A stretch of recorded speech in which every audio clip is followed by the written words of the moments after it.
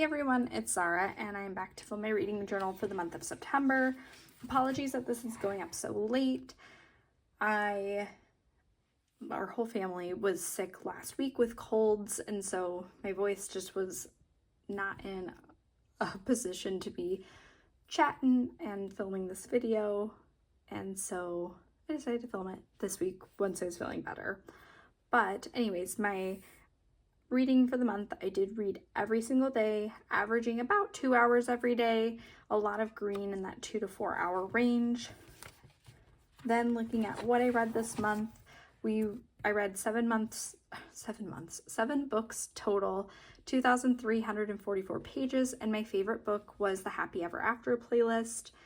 Although I could have also chosen Air of Fire or The Assassin's Blade, it was hard to choose exactly which one was my favorite for the month because I really enjoyed all three. However, I chose a Throne of Glass novel for August, so I decided to mix it up and choose the Happy Ever After playlist instead. Then looking at, my spacing of books this month, honestly, it was pretty well matched. I did have a couple of short stories I read right in here, so it makes it look a little busier, but they were short stories, so it was, a day or two read on all of those. Mostly audiobooks this month. As you can see, I read an audiobook every single day. I did start reading Wuthering Heights, so I picked up the book first, then I got the audiobook, and then I got the Kindle book. So I'm not sure exactly how I will finish that one, but right now the majority of the book that I've been reading for Wuthering Heights has been on the Kindle version, but that's what those two random book dots are. And then for the Kindle, I was reading 2 short stories on my Kindle, so that accounts for those. I chose a quote. Usually I choose a quote from a book that I've finished in the month, but this quote, I did pull it in September, and it was a book that I was reading in September, so I thought it still would fit. It's from With the Fire on High, and it goes, "I don't know if I really have something special, or her telling me I got something special has brainwashed me into believing it." And I listened to that quote, and I had to rewind it, and I had to write it down right then and there, and rewind it till I got all the words right.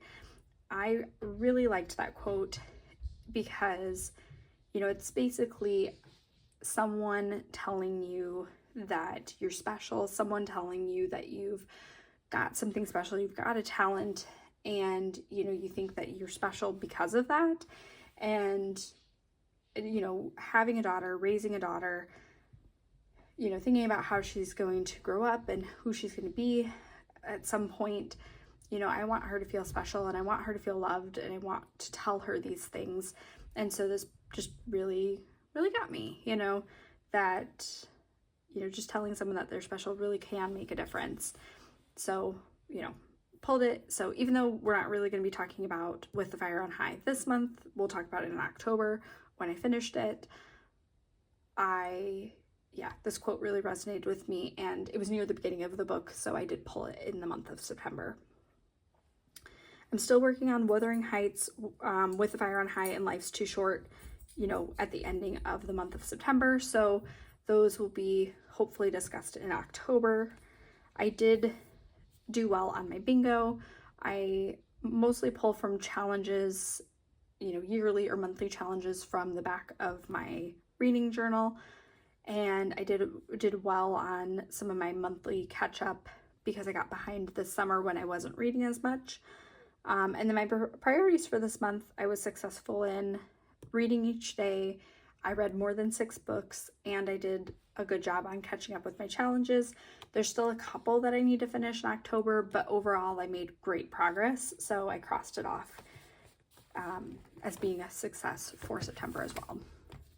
Then looking at my Goodreads tracker, I mostly read audiobooks, and then those 2 short stories on my Kindle were in there as well.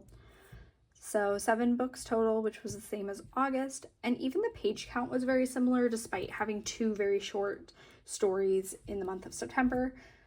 like the rest of the books that I was reading were long, so it all balanced out. Then looking at my bookshelf, I colored in September's books in that light blue color, and, you know, slowly filling this up. I've already read 50 books for the year, and I'm currently at 66. I don't know that I'm going to hit 100 because I would have to average over 10 books per month for the last 3 months to get there. So again, if I don't read 100 books, it's not the end of the world, but, you know, that was just a goal I set at the beginning of the year. So then going to what I read this month.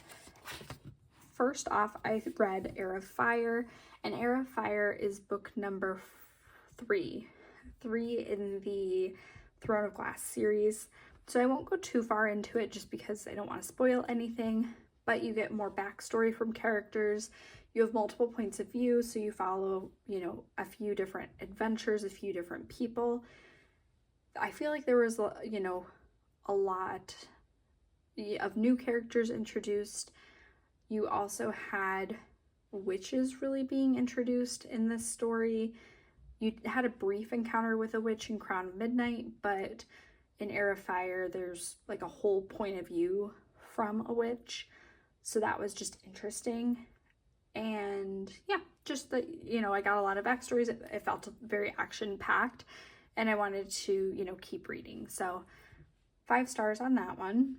Next, I have the Happy Ever After playlist, and this is book 2 in the Friend Zone series from Abby Jimenez. So Abby Jimenez is a, you know, romance author, and I really enjoy her books. This one I definitely liked more than the first book in the series. So the Friend Zone, I think I gave a 3 or a 4 to, and this one I gave 5. It starts off with a dog, you know, as kind of the, you know, bringing the two characters together and meeting each other, which I really enjoyed. Also, the main male lead, Jason, is a musician, and so every chapter starts with a song, and we listened to it as an audiobook. But if I was reading the physical book, I think it would be fun to put the playlist on in the background, because I'm sure that someone has compiled it into a Spotify playlist or something to that nature. But I just thought that was a cute addition to it. Obviously, it all went with the music theme. So all in all, this was a 5-star. I just enjoyed it a lot. And my husband enjoyed it as well because we were listening to it together. Then I have How to Sell a Haunted House. And this one I didn't enjoy as much, and I don't know if it's, you know, hitting the mark because I found the horror really creepy, or if it's missing the mark because I really didn't enjoy it because of the type of horror, if that makes sense. So this one, I went into blind. I didn't know what it was about. I just know I've heard Grady Hendrix a lot, and this one I think was like a jump the line hold, and so I was able to get it without a wait. And yeah, like I said, I went into it without knowing anything, and I think if I had known more about it, maybe I wouldn't have picked it up. But you have Luis and Mark, and their parents just died unexpectedly, and they come together to try to figure out what to do with the house and all the possessions that their parents left behind. And they don't get along. They are siblings, but they, you know, don't talk to each other. They're estranged. And they have different opinions on how they want to go about settling their parents' affairs. Their mom was really into puppets and crafts and taxidermy and dolls. And so there's just dolls and puppets and all sorts of creepy things all over the house. And obviously they're going to be creepy to the point of, like, you know, attacking them and, you know, being haunted potentially. So again, I found it really creepy. I don't enjoy dolls and puppets, and I think like the main puppet was a clown too, so that just adds an extra layer. Not that I traditionally have issue with clowns, but it's not like I love clowns either. So again, just not my favorite. And two, having a child and having a lot of toys in the house, or seeing a future with a lot of toys and dolls in our house, that also just creeps me out, because yeah, I don't want the thought of creepy dolls in my house attacking me. No thank you. So anyways, all in all, I gave it 3 stars. It wasn't my favorite. There were other things that I didn't enjoy about the story too, plot lines that I felt were a little far-fetched, or just didn't enjoy, you know, characters that were yeah, being possessed that I didn't enjoy. So again, not my favorite.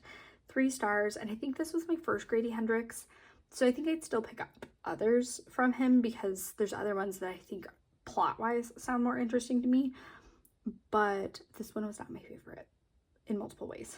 So next we have Say You'll Remember Me, which is another Abby Jimenez book, and I will say, you know, reading a bunch of Abby Jimenez all together, they all kind of start to blur together a little bit, but I still enjoyed it. The audiobook narrators, I think, are the same for all of her books, so that also, you know, kind of makes them blur together. And I think in general a lot of authors have the same narrators for all of their books, so I don't think that's, you know, an aside to her specifically. I think that's just common practice in the world of publishing. And so yeah, again, they just kind of blur together a little bit because they're all romance, they're all kind of a similar, you know, vibe. But in this one you have Xavier and Samantha. Xavier is a vet, and Samantha brings a kitten into his office to get some advice for, and he doesn't have great news for her, doesn't have a great prognosis for the kitten, and Samantha decides that she's gonna basically prove him wrong. She's gonna save this kitten's life. And, you know, so the first time they meet doesn't really go super well, but then they meet again, and ultimately they go out on a date afterwards. They have some chemistry, and so, you know, they go on a date, and it's one of those dates that you just never want the night to end. You know, they go from one thing to another to another. They, you know, kind of keep the date going and going, and, you know, then their romance hits a roadblock. And so I'll leave it at that, but I enjoyed it. I gave it 4 stars. I thought this one was fun. But again, I didn't enjoy it quite as much as I did the Happy Ever After playlist, especially reading them so close together. But it was still a good time. I enjoyed reading it. Not mad that I read it. Then I have The Lover by Sylvia Moreno Garcia. And I oftentimes pick up books just based on seeing her as the author. I enjoy them overall. I don't think there's any that I've disliked from her. There's been ones that I've enjoyed more than others, but I overall enjoy her books, or enjoy her as an author. And I picked up The Lover and Abscond specifically because they were short stories. I was going through books on my Kindle, especially short stories on my Kindle, that could help me complete some challenges that I was trying to catch up on. And so The Lover had a moon on it, which was like a celestial object on the cover.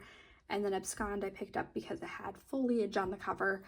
So I'm glad I picked them both up. They were both short stories, so I won't talk too much about them because otherwise I feel like you spoil everything.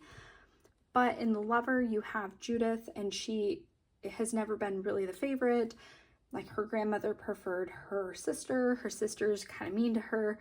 They run an inn. Judith does most of the work while her sister, you know, kind of takes it easy. And Judith is really hoping for love, and, you know, essentially the story is kind of her wishing for more, wishing for a love to take her, you know, kind of away from her situation, since she doesn't love her life. It's not, you know, the kindest life, or the, you know, you're definitely not appreciated by anyone, you know, in her inner circle. So I enjoyed it. I gave it 4 stars. It was obviously a fast read, but I enjoyed the story. I thought it had a good time with the characters to really tell the story, which sometimes short stories feel like they went too fast, or there was more that was needed to tell the story, and I thought this did a good job. Next, we have Abscond, and this follows Ravi. He's a tennis prodigy, but his father is a surgeon, I believe. And, you know, his mom has aspirations for him to follow in his father's footsteps. He doesn't think he wants to do that. He's 13, I believe, so obviously he still has a lot of time, but really tennis is just his favorite. He loves tennis. That's really all he wants to do. But since his parents, I don't know if they were first generation like immigrants, but they, you know, want the best for him. They want him to succeed. And so, you know, obviously there's some pressure, there's some expectation for him.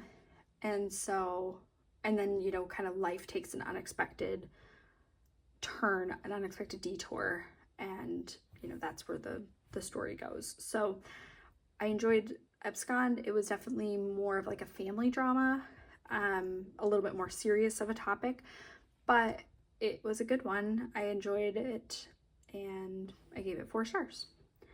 Then I have The Assassin's Blade. This is the prequels. So it's a collection of prequels for the Throne of Glass series. I think they were published individually to begin with and then later put together in this collection. And there's basically 5 adventures that happen before the events of the Throne of Glass, like the first novel. And so you're following Selena in her adventures before she goes to prison. And I liked it. I liked getting to know some of the characters. You know, one character in particular, Sam, it was fun to learn about just because you've heard about him, bits and pieces, but, you know, it was fun to see kind of their dynamic and their relationship, you know, prior to the start of the Throne of Glass series. Also, I think there's some contention about when is the best time to read The Assassin's Blade. My best friend, who is the one that's encouraging me to read the Throne of Glass series, told me to read it in between books 3 and 4, so that's how I did it. And I think that was a good way to do it, just because there's things that are introduced or kind of alluded to in The Assassin's Blade that might be ruined, or you might not understand as well if you haven't read some of the previous novels. But I've also heard of people starting with The Assassin's Blade and then going from there. So I guess it's kind of up to you, but I thought this was a good way of doing it. I felt like this was a good time. I didn't feel like I was unsure of anything. You know, like everything made sense for what I knew about the story leading up till then, or after then. But yeah, I enjoyed The Assassin's Blade. Also too, since there are 5 stories and it's only, you know, 500 pages or 451 pages, each story is less than 100 pages basically, and so it's pretty quick read. I will say there's some parts that are a little unbelievable just because of Selena's age and, you know, her being like the greatest assassin and she's only a teenager. Some of that is a little hard for my brain to wrap around, but it's fantasy, so you just have to go with it. But yeah, I don't know. I enjoyed The Assassin's Blade. I'm still enjoying the Throne of Glass series, and I'm glad that I'm reading it. So that was everything I read for the month of September. I hope you enjoyed watching, and I hope you're having a good reading month.